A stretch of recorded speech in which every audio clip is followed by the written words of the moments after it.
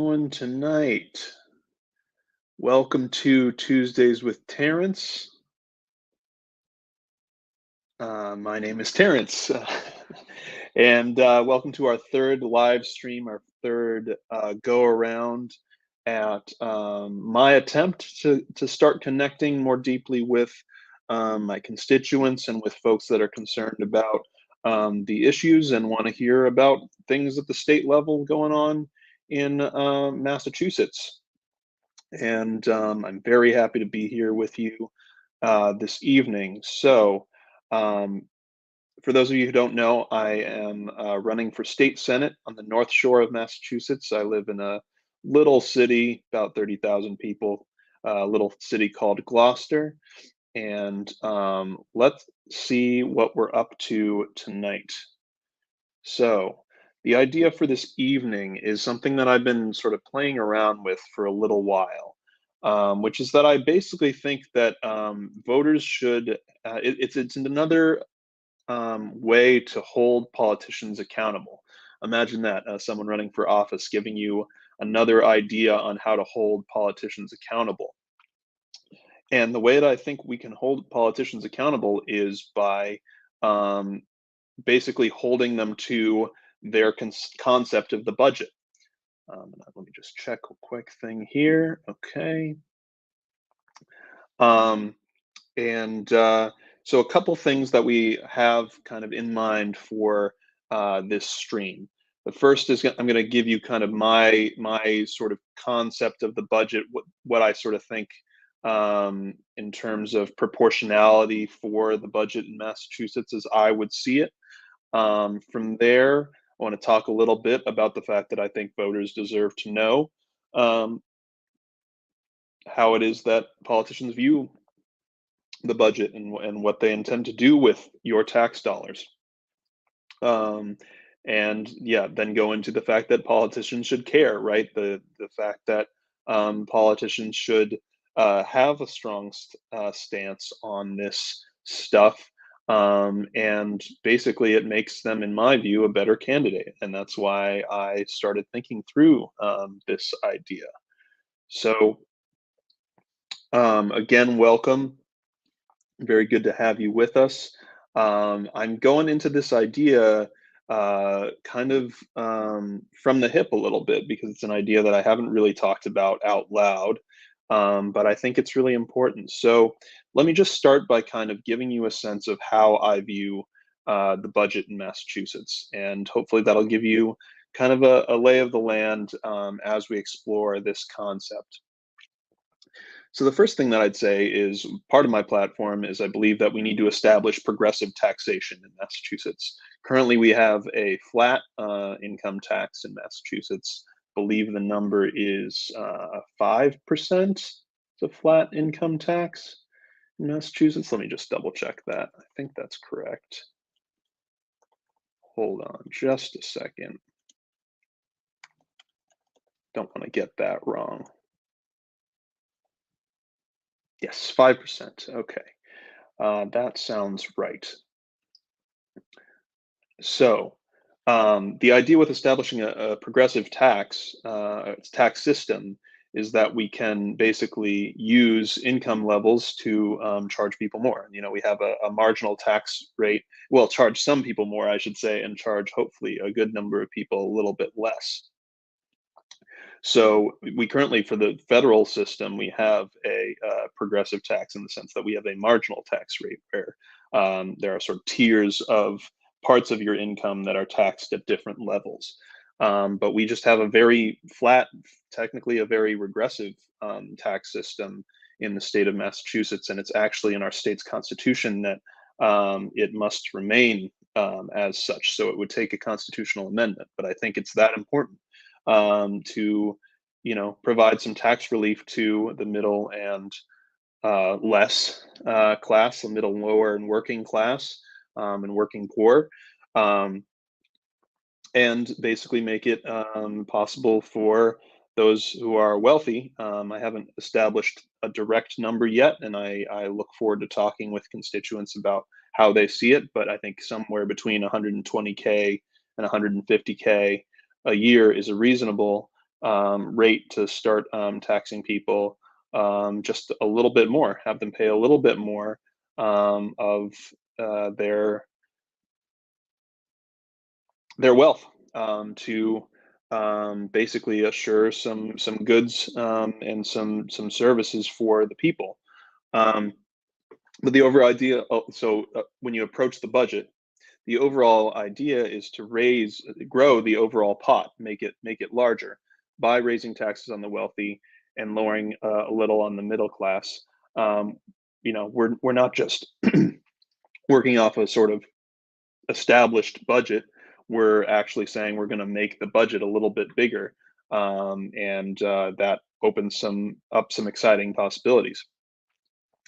So on net, as a percentage of the budget, I believe, and yeah, I have to crunch the numbers, and I'll say it here. I'm not a mathematician, and the fact is that I will rely on budgeting experts and that sort of thing when, if I'm so fortunate as to be elected, to help me, through the nitty gritty of the numbers. But I believe that on net, as a percentage of budget, if we were to raise taxes on the wealthy, excuse me, um, and grow the pot as a sort of percentage, a net percentage of the budget,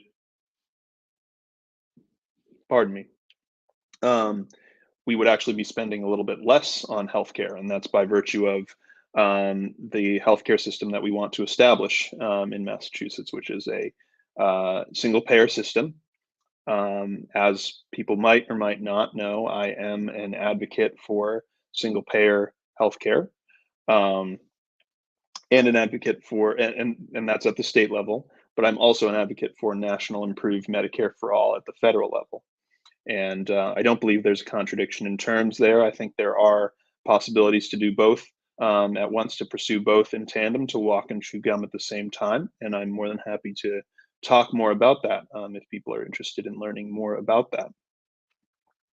But so the idea here is, by on net spending a little bit less on healthcare, that means overall, and by growing the pot as well, that means that overall we can spend a greater amount on most everything else, on most other elements of the budget. And I'd be happy to talk about particular elements of the budget if people are interested in questions in the comments. Um, but yeah, so that's sort of the sense of um, the budget as I see it, the ways that I'm sort of thinking about the budget, and I'm zeroing in on healthcare in part because at 9 I'll be moving over to Twitter Spaces, and I hope you'll join me to do a Twitter Space with a good friend of mine named Sharif Snuggs, who's a healthcare activist in New York State. And we're going to talk a little bit more about sort of this concept with a focus on the healthcare angle. And so, and I think there's a reasonable amount of healthy dialogue that we can have on that topic. And so when we look to sort of the broader question of, why is it that voters should have the opportunity to know how politicians view the budget? Um, there's a lot that we can get into. And like I said, this is an idea that I'm sort of, um, you know, uh, airing out loud because I think it's one that's worth sort of getting feedback on. My views as someone running for office is that I should be in. It's one of the reasons that I'm doing these live streams and starting them so far out is that I want to be in communication with my constituency. I want to see what people think about these ideas. I want to vet them in public. Um, because I think transparency is very important. Having a sense of where I'm going into situations of bargaining. As a legislator, that's something that I will often have to do, and so I think it's worth kind of airing these things out and letting people know where I stand as I go into these discussions.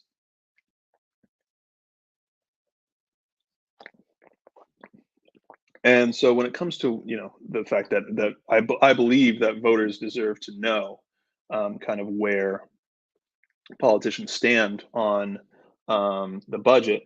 The fact is that we don't really ask um, politicians about what they're going to do with our tax money very often.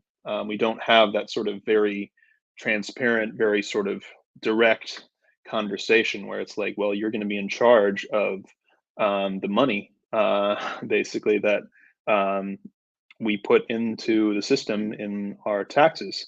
So, what are you going to do about that? How are you going to do something useful with that? Um, and I think that's really important. And again, I think it's often that you'll find that politicians are looking for any way to not have to um, be directly accountable to their constituents.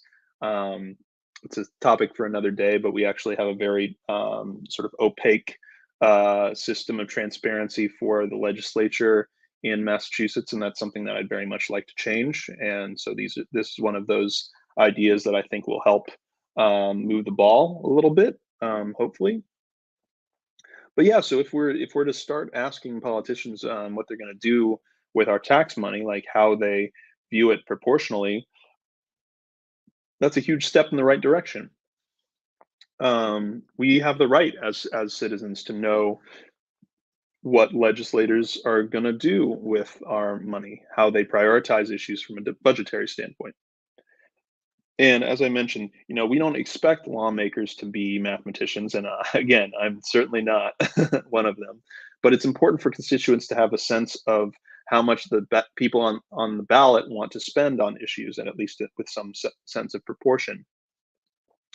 So, a couple of things that are just sort of worth keeping in mind for folks. So, you need to remember that the federal government gives billions of dollars in grants, contracts, and other funds to state governments every year. So, when we talk about a budget, that budget does include the expectation that there will be certain amounts of funds that are allocated to states from the federal government. So, it's not just tax dollars from our state taxes, it's also a proportion, at least conceptually speaking, of what we're paying to the federal government. A small proportion, generally speaking, but still a proportion. Another thing that's worth mentioning is that Massachusetts and New York as well. And again, I bring up New York because I'll be talking with Sharif Snuggs, a healthcare activist in New York State, um, about this sort of idea, because I think it's really important to sort of um, air it out and have a discussion about it. So I bring this up. So Massachusetts and New York are two states that actually give billions more in taxes to the federal government than they receive, and that's sort of just a framing, like a matter of perspective when we talk about this. Um, and so this whole idea of having politicians be sort of transparent about their uh, priorities in the sense of the budget in a monetary sense is that it makes it sort of more concrete for voters when they're thinking about who they're going to be selecting, and I think that that's very important.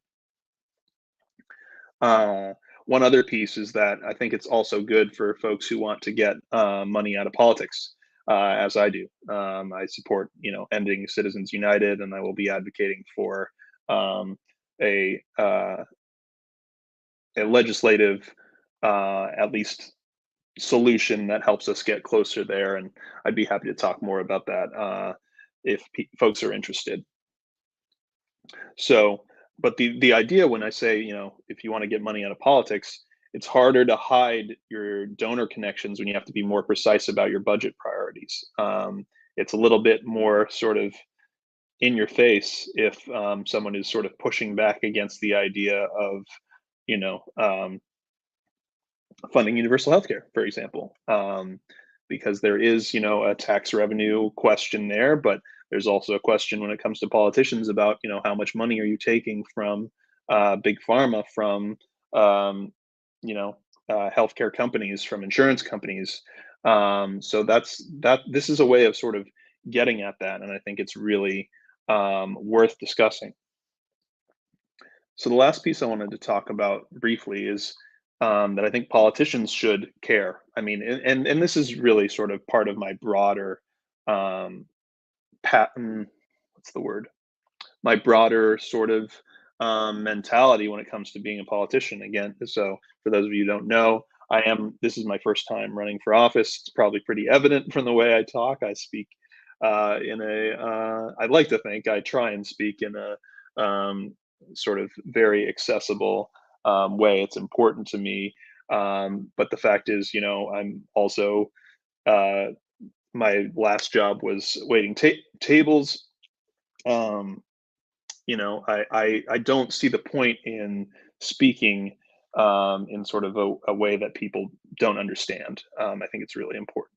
But in any event, so when I talk about the fact that politicians should care, what I mean is that, um, well, politicians should care. They should care about, in terms of their platform, making it clear that these are the things that I want to prioritize. I think it crystallizes or might crystallize, at least I see it that way for myself, you know, kind of what I'm willing to do in office, what I'm willing to fight for. And I actually talk about this on my website. If you go to my website at Cudney, the number four MA, so that's CUDNEY 4MA.com, you'll see that I talk about the things I'll fight for. I don't make sort of very concrete promises, and that's actually very intentional. There's a in part because I'm a newcomer to running for office. I don't actually know, all the things that are achievable. I'm learning as I go here, and I hope that that's understandable. And frankly, that's the kind of thing that you'd want in a politician is someone who's got some intellectual humility, who's willing to learn from being in political office. Um, but what I was getting at is, that politicians should care because this is a way of crystallizing, you know, as I was saying before, this is a way of crystallizing your priorities as a candidate for political office, and that should mean something. That should be worth something, as I see it. Um, and maybe that's controversial. I don't know, and I'm interested to kind of hear, in terms of feedback, how folks see this, because the fact is, candidates can make sort of very difficult to parse promises that they can later claim, oh, we were able to do this and that and this, but didn't actually get done the kinds of things they promised. So that leads back to what I was saying, where on my website I talk about the things that I will fight for. Those are the things that I um, see an opportunity to make some movements, make some things happen. And I can't promise, what the outcome will be. And I encourage folks to push back on me on the notion of, not making sort of firm campaign promises the way a lot of politicians do. But the fact is, I want you to see that I'm earnest, that I intend to fight for these things. I'm not looking to be a career politician. This is just this is my job application. I'm applying to be a job to do a job, and um, you know my interviewers, um, the folks that will make the ultimate decision at the ballot box. The You're my boss. And I think that, some people might think that's a cliche, but I think it really is. I mean, it really is the case that you're my boss, that I'm, um, being elected, or being on the ballot to be elected to serve a job for a 2-year contract. And at the end of those 2 years, I'll, see if my contract can be re-upped, right? And I'll have another opportunity. Who knows? It's looking pretty far ahead, to be honest. But um, when it comes to, yeah, just my views that politicians should care, it's really just about the notion that uh, the things that we fight for matter, and we need to be able to convey, I think, in a way that's clear, how we see that. And it makes it really easy, frankly, I think, to then when politicians um, are seeking reelection, for example, for you to say, well, you said on the campaign trail that these were your budget priorities. Did you stick to that? Were you able to say that you were really fighting for, universal health care that you were fighting to actually, um, if the math works out, to actually shrink its impact on the budget, so that we could spend more money on other things? Was that something that you were actually working to do? And if not, why not? Um, and were you actually working to grow the pot? Were you actually building towards progressive taxation? Were you looking for more waivers, more contracts from the federal government to grow that pot more, and perhaps lessen the tax burden on um, individuals in the middle class and working class? This is all really important stuff. Um, and so let me see here. Anything else I wanted to make sure I covered?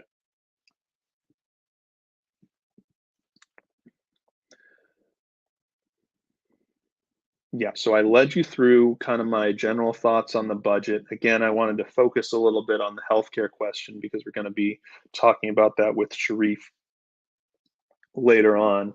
And hopefully, I gave you a little bit of a sense of the fact that voters deserve to know this, that when they give you sort of vague campaign promises, it doesn't mean much. But when you actually frame it in terms of the budget, there's something actually worthwhile there. And hopefully, I gave you a little bit of a glimpse into the idea that it should matter to politicians, that it actually strengthens your messaging to be able to see, at least as I see it, to be able to say, this is what um, what I'm fighting for. This is what matters to me, and um, frankly, they should care about you. And the money in politics thing, I think, can't really be overstated. When uh, obviously folks can go to Open Secrets and see where folks get their campaign money from. For my part, I'm not accepting money from corporate PACs or from big business, or super PACs or any of that stuff. And there's a reason for that. I want to be accountable to you and you alone. And by the way, as I mentioned, if you're going to be transparent, by sharing your thoughts on the budget, it's going to be harder to walk that back when you're in office. When you look at your, donor rolls and see if big pharma's, giving you a bunch of money, well, then you might think twice about your expenditures, your views on the budget, and what budget you'd be willing to pass through the legislature. So I wanted to check a couple of things really quick here.